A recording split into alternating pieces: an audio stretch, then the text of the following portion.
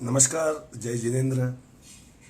आज हम ये जो अहिंसा का तत्व है, जो समन परंपरा ने मान लिया, बौद्ध, जैन और आजीवकों ने भी मान लिया, उस तत्व के वजह से भारत पर काफ़ी आक्रमण हुए, लोग निर्बल हो गए। शस्त्र का त्याग करने की वजह से आक्रामकों को मौका मिला और उनके आक्रमण हुए और वो जीत गए आसानी से, बड़ी आसानी से जीत गए, क्योंकि अहिंसा का तत्व भारतीय समाज में ये जैन और बौद्ध धर्म की वजह से बहुत फैल गया था। लोगों में वो इतना बस गया था वो तत्व कि लोगों ने आक्रामकों का प्रतिकार ही नहीं किया। इसलिए आक्रमण बहुत आसानी से भारत को जीत पाए और गुलामी इस देश के ऊपर लादते चले गए। मित्रों, एक बात समझनी होगी,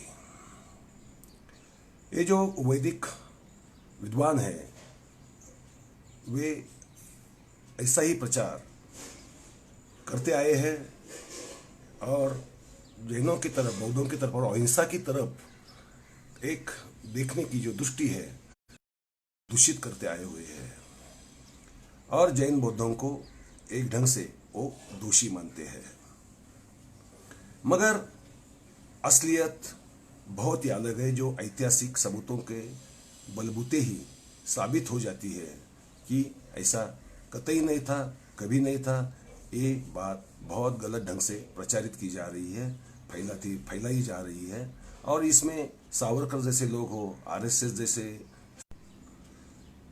इन लोगों ने ये अपप्रचार, दुष्प्रचार करने की जैसे ठान ली है। अहिंसा परमो धर्म, अहिंसा सबसे बड़ा धर्म है, इस बात में कोई मतभेद हो नहीं सकता। वो हिंसा शारीरिक हो, मानसिक हो या किसी को हम उपेक्षित भी रखते हैं तो वो भी एक ढंग की हिंसा ही हो गई। ऐसी हिंसा करना किसी भी समाज के स्वास्थ्य के लिए, उसके सामाजिक उत्तरदायित्व के लिए अच्छी बात नहीं होती, क्योंकि वो एक ढंग से मानवीय जीवन जिस लिए मिला है उसके प्रति वो द्रोह हो जाएगा। इसलिए हिंसा, वो इंसान की हो, जीवों की हो या वनस्पति की हो, किसी भी ढंग का जीव हो, उसकी हिंसा करना ये अक्षम्य है, वो अपराधी है, वो नैतिक अपराध है और उसे बख्शा नहीं जा सकता। ये बात सही है। अहिंसा एक बहुत महनीय तत्व है, मगर उसकी भी एक मर्यादा होती है। समन संस्कृति इस मर्यादा को बखूबी जानती थी। उन्होंने उसी ढंग से अपने तत्वज्ञान की रचना की और वो तत्वज्ञान से ये संस्कृति, समन संस्कृति आगे बढ़ती गई। यदि हम देखें इतिहास में झांककर, तो जैन फलसफे का भी हमने विचार किया या बौद्ध फलसफे का भी हमने विचार किया, तो कर्म सिद्धांत बहुत महत्वपूर्ण माना है और कर्म चुनने का, चॉइस करने का हर व्यक्ति के ऊपर छोड़ दिया है। ध्यान में रखिए, साधु का धर्म होता है वो अलग होता है, राजा का धर्म होता है वो अलग होता है। राजा ने राजा के धर्म का पालन करना चाहिए, सैनिक ने सैनिक के धर्म का पालन करना चाहिए, रक्षक ने रक्षक के धर्म का पालन करना चाहिए। वैसे ही साधु ने अपने साधुपन के धर्म का पालन करना चाहिए। समाज में अगर सबको सुख चैन से रहना है तो अहिंसा एक महत्वपूर्ण बात बन जाती है, नहीं तो अराजक आ जाएगा, संस्कृति बिखर जाएगी, टूट फूट जाएगी और इंसान के बीच एक घमासान जंग शुरू हो जाएगा और एक दिन ऐसा आएगा कि इस विश्व में कोई भी जीव भी, इंसान भी नहीं बचेगा। इसलिए अहिंसा एक महनीय तत्व है। बौद्ध धर्म ने भी उसी तत्व को प्रतिष्ठा दी, जैनों ने दी। जैन तो उस तत्व के पालन में ज़्यादा कठोर है। आज कोरोना की बात है, आप देख रहे हैं, एक ने एक अच्छा मजाक किया था, अच्छा था कि इस दुनिया को, पूरे दुनिया को श्वेतांबर बना दिया, सबके मुख पर पट्टी आ गई और शेयर मार्केट को दिगंबर कर दिया। सारे डूब गए, उस जो शेयर बाजार गड़गड़ा गया उस वजह से डूब गए। ये मजाक की बात छोड़ दीजिए। जरूरी क्या है? जरूरी है कि हर जीव जीवाणु को जीने का अधिकार है और उस अधिकार का सम्मान करना चाहिए, उसे प्रतिष्ठा देनी चाहिए और उसे भी एक ढंग से जियो और जीने दो के तत्व पर हमने चलना चाहिए। इसलिए अहिंसा महत्वपूर्ण है। मगर राजा का धर्म है, सैनिक का धर्म है, उसका धर्म है प्रजा की रक्षा करना, आक्रमण से हो, बाहर से आने वाले चोर डाकू लुटेरे हो, उनसे रक्षा करना राजा का, रक्षकों का धर्म हो जाता है। और व्यक्ति का भी, जब आंखों के सामने किसी को मारा जा रहा हो, बेवजह गुनाह हो रहा हो, उस समय अगर हिंसा होती है तो उसे हिंसा नहीं माना जाता। ये कुंदाचार्य ने अपने समय सार में लिख के रखा है कि हिंसा के भी, अहिंसा के भी कुछ मर्यादाएं हैं और हिंसा जब अपरिहार्य हो, जब कोई चारा ही ना रहे, उस समय पर कम से कम हिंसा करते हुए सत्य की विजय पा लेनी चाहिए। इस ढंग की ये तत्वधारा कहती आई है। महात्मा गांधी ने प्रथम विश्व युद्ध के समय वो पूरे अहिंसा का जयघोष करते हुए भी उन्होंने सैनिकों को प्रथम विश्व युद्ध में शामिल होने के लिए बहुत कोशिश की थी। यहाँ तक कि पाकिस्तान ने 1948 में जब पहला हमला कश्मीर पर किया, तब भारतीय सेना को वहाँ भेजने के लिए उन्होंने नेहरू जी और पटेल जी को कहा और इसका ताज्जुब उनके सेक्रेटरी को भी हुआ कि गांधी जी ने सेना भेजने की अनुमति दी कैसे।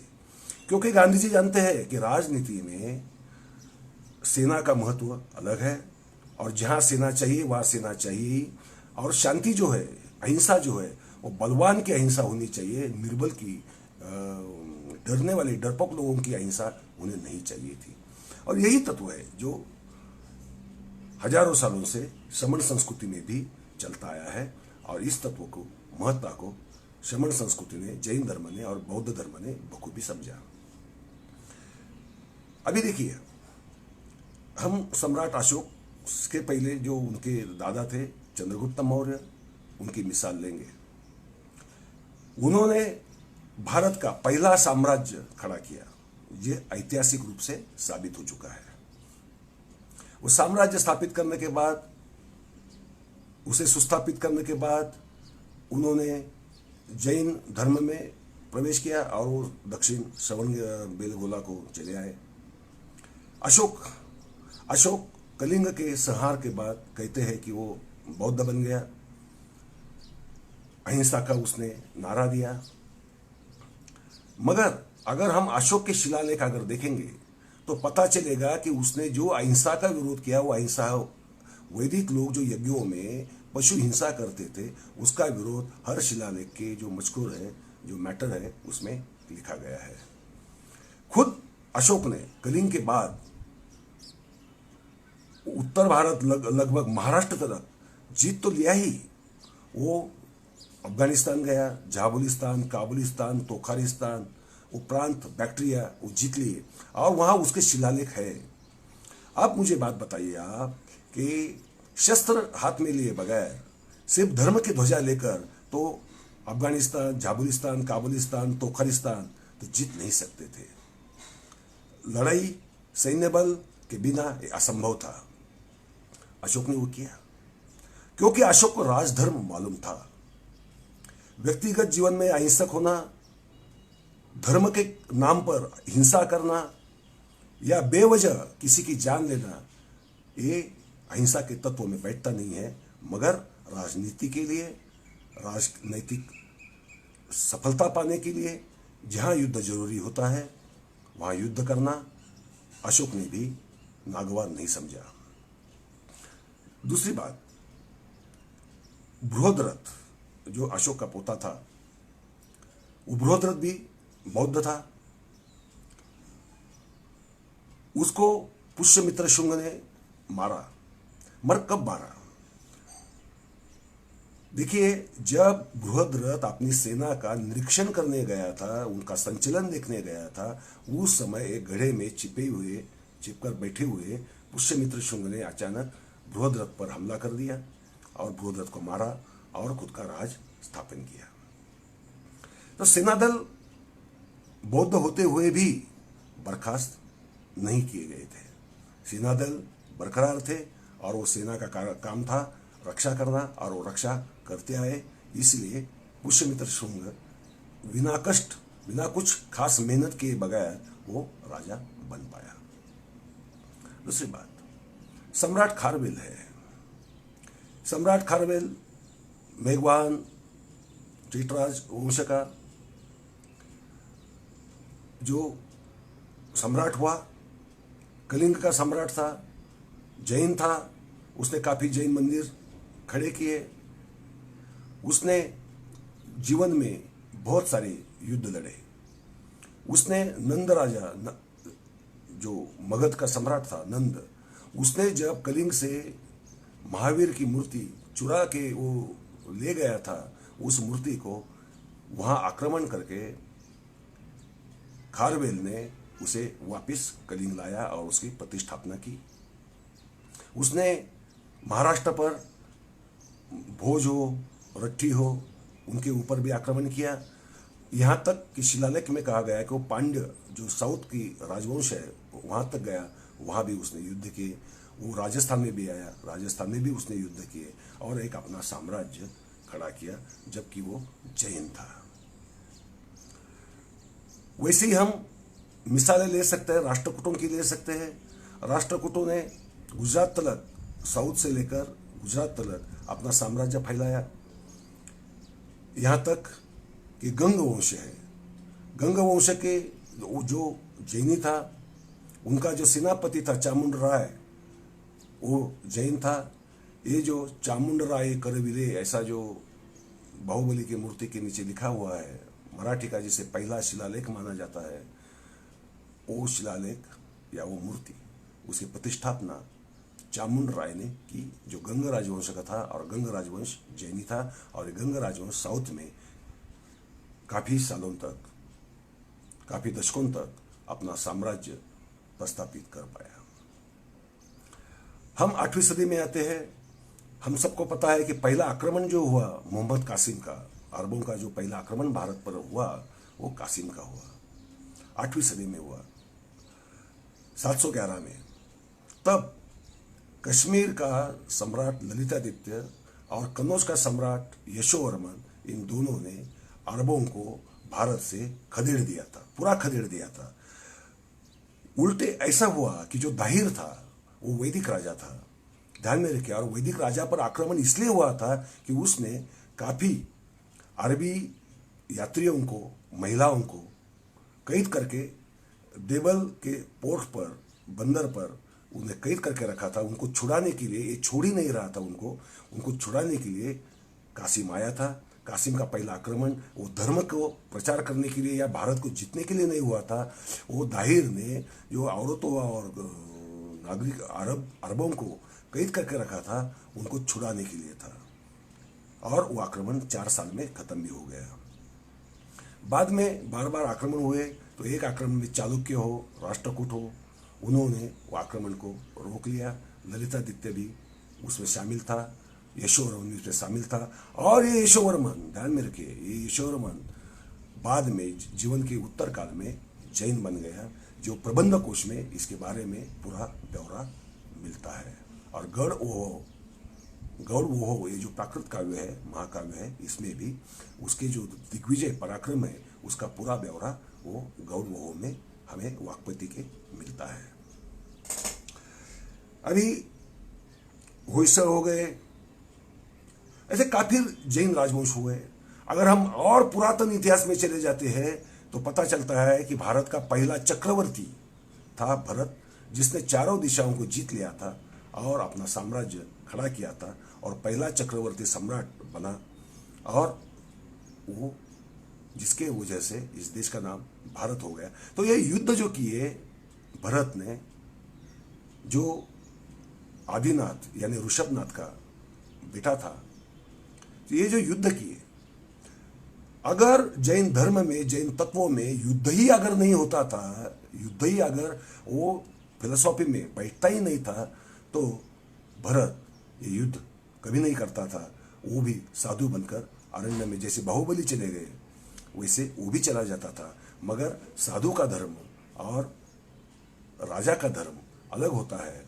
राजा का धर्म प्रजा का प्रतिपालन करना, उसकी रक्षा करना, और बाहर का आक्रमण से उसे रोकना, उसके लिए जरूरत पड़ी तो युद्ध करना वो जरूरी होता है। और जैनों ने, बौद्धों ने ऐसी लड़ाइयाँ बहुत लड़ी है। जैसे कि जब अरबों का आक्रमण हुआ, ध्यान में रखिए, ये मोहम्मद कासिम का भी आक्रमण हुआ, तब काबुलिस्तान, झाबुलिस्तान और तोखालिस्तान में राजे कौन थे? ये सब बौद्ध राजे थे। ये सब बौद्ध राजे थे। और इन बौद्ध राजों ने कासिम का भारत में वो बोलन खिंड से, बोलन पास से या खैबर पास से उतरने देना इतना मुश्किल कर दिया था कि आखिर उसको मकरान से आना पड़ा, रास्ता ही बदलना पड़ा। ये क्यों हुआ? जैसे ही मोहम्मद कासिम वापस लौटा, उसे वापस लौटते समय भी इन बौद्ध शाही राजाओं ने अरबों का भरसक विरोध किया। आपको यकीन मालूम होगा कि भारत में इस्लाम की सत्ता आने को, भारत दुनिया में जैसे पर्शिया में हो, ईरान में हो, जैसे ही इस्लाम का धावा गया, रातों रात वहाँ की जनता भी मुस्लिम बन गई और राजा भी मुस्लिम बन गया। मगर भारत में उनको अपनी सत्ता प्रस्थापित करने के लिए 500 साल लगे। ध्यान में रखिए, दुनिया के किसी भी देश में ऐसा हुआ नहीं है। 500 साल लगे उनको सत्ता स्थापित करने के लिए। सत्ता स्थापित करने के बावजूद वो कभी भी भारत का इस्लामीकरण नहीं कर पाए, कभी भी नहीं कर पाए। जबकि ये वैदिक लोग उनके दरबारों में सबसे पहले आश्रित बनकर गए और उनकी सत्ता को रास्ते दिखाए, वो वैदिकों ने दिखाए। अब अकबर के नवरत्न देखिए कौन था, बाबर का सलाहकार कौन था, वो आप देख लीजिए। ये देखेंगे तो पता चलेगा कि अगर इस देश में आक्रमण हुए, सफल हुए और सत्ता अगर इस्टेब्लिश हुई, तो वो सत्ता को साथ देने वाले कौन से धर्मी थे। मगर हमें किसी के ऊपर आज दोष नहीं देना है, क्योंकि वो इतिहास की बातें हैं। वो इतिहास में जिस समय जो हुआ वो हुआ। आज किसी को दोष देना गलत है। मगर जब ऐसा दुष्प्रचार किया जाता है, अपप्रचार किया जाता है कि जैन और बौद्धों की वजह से, वो हथियार न उठाने की वजह से, और जनता में भले ही वो जैनी या बौद्धी ना हो, मगर उनमें अहिंसा का तत्व होने की वजह से ये देश ही अहिंसक बन गया, नपुंसक बन गया और पर के आक्रामकों की सत्ता यहाँ स्थापित हुई। ये जो कहना है वो सरासर गलत, गुमराह करने वाला और झूठ है। ये झूठ क्यों बताया जाता है, ध्यान में रखिए। पिछली सदी से, शुरुआत से एक ढंग से प्रचार ये होता रहा कि जैन और बौद्ध हिंदू धर्म का ही भाग है, वैदिक भी हिंदू ही है, जबकि ये चार धर्म अलग अलग थे। अपने स्वार्थ की वजह से हिंदू के अम्ब्रेला में ये चारों धर्मों को बिठाने की कोशिश की गई एक जगह, और दूसरी तरफ जैन और बौद्धों की वजह से, बौद्ध और जैनों की वजह से इस देश पर आक्रमण आए। इसलिए सबने हथियार उठाने चाहिए। इसलिए हिंसक क्रांति के जो बीज बोए गए, जो हम देखते हैं शुरू से भारत में, और जो फलसफा उसके लिए यूज किया गया वो गलत था। मगर वो उनके लिए कम से कम कुछ समय तक कारगर साबित रहा। हिंसा ये गलत ही है, वो किसी की भी हो, वो गलत ही है। मगर जब अपनी जान पर या अपने राष्ट्र की जान पर या अपने राज्य की जान पर जब बन आती है, तब हथियार उठाना लाजिमी है। जो जैनों ने और बौद्धों ने जहाँ जहाँ उनकी सत्ताएं थी उन्होंने किया। उन्होंने उस तत्व का पालन किया, राजधर्म के तत्व का पालन किया, सैनिकी धर्म के तत्व का पालन किया और आक्रामकों का विरोध किया। जैसे खारवेल ने यवन राजा, जो उसके शिलालेख में लिखा है, उसका नाम एंटीओकस था शायद, वो मथुरा तक आया था। राजा खारवेल ने वहां तक उसका पीछा करते हुए जाकर उसे मथुरा से खदेड़ दिया, यह भी इतिहास है। तो परकीय आक्रामकों को आने देना और उनको खदेड़ना, ये साथ साथ चलता रहा, क्योंकि भारत पहले से ही एक धनी, एक सुजलाम सुफलाम राष्ट्र है। ये जो टूलियां थी अफगानिस्तान में रेगिस्तान में घूमने वाली, उनको यहाँ की धन संपत्ति का आकर्षण था। उन्होंने वो पाने के लिए आक्रमण किए, वो आक्रमण रोके भी गए, उनको खदेड़ा भी गया। यहाँ तक कि अलेक्जेंडर द ग्रेट को खदेड़ने वाला कौन था? चंद्रगुप्त मौर्य था। और उसने जिन गणराज्यों की सहायता ली, उन गणराज्यों में काफी जैन या बौद्ध थे या कुछ हिंदू थे, मगर वैदिक वहां नहीं थे। ध्यान में रखिए, वैदिकों ने ये आक्रमणों का कोई विरोध करने में अगुवाई नहीं, क्योंकि उनकी जनसंख्या भी कम थी और वो पूरे देश में बिखरे हुए होने की वजह से हो, मगर उनका उसमें हाथ दिखाई नहीं देता। और जो बताया जाता है हमें, वो एक मिथक, पूरा कथा बनाई जाती है, झूठी कथा बनाई जाती है और हम पर थोप दी जाती है। जैसे कि चाणक्य ब्राह्मण था, चाणक्य ब्राह्मण नहीं था, वो हो भी नहीं सकता था, मगर हमें यही बताया जाता है कि चाणक्य ब्राह्मण था। और चाणक्य और अर्थशास्त्र लिखने वाला कौटिल्य एक ही है, वो एक नहीं है। उन दोनों में, चाणक्य और कौटिल्य में 600 साल का अंतराल है। ये हमने ध्यान में लेना चाहिए, क्योंकि उसके प्रमाण सबूत काफी अभी सामने आ रहे हैं। हम झूठ के दायरे में बन जाते हैं, लोगों के ऊपर झूठ 100 बार। गोबेल्स जो नीति है, गोबेल्स नीति यही करती है, वो झूठ थोपती जाती है, 1000 बार 100 बार बोलती जाती है और बाद में लोगों को वो सच लगने लगता है। अभी जो वर्धमान जो पायलट जो विमान लेके गया था, वो वापस भारत आ सका, वो कौन है? वो जैन है। जैन धर्म में या बौद्ध धर्म में युद्ध में हिंसा को हिंसा माना ही नहीं है, क्योंकि वो कर्म है, वो चॉइस से है, और वो चॉइस से अगर वो कर्म लिया है तो वो कर्म के जो कर्तव्य है, वो कर्तव्य निभाने हर व्यक्ति के फर्ज है। इसलिए जैन धर्म या बौद्ध धर्म प्रतिबंध नहीं करता, समन संस्कृति ने कभी प्रतिबंध किया नहीं।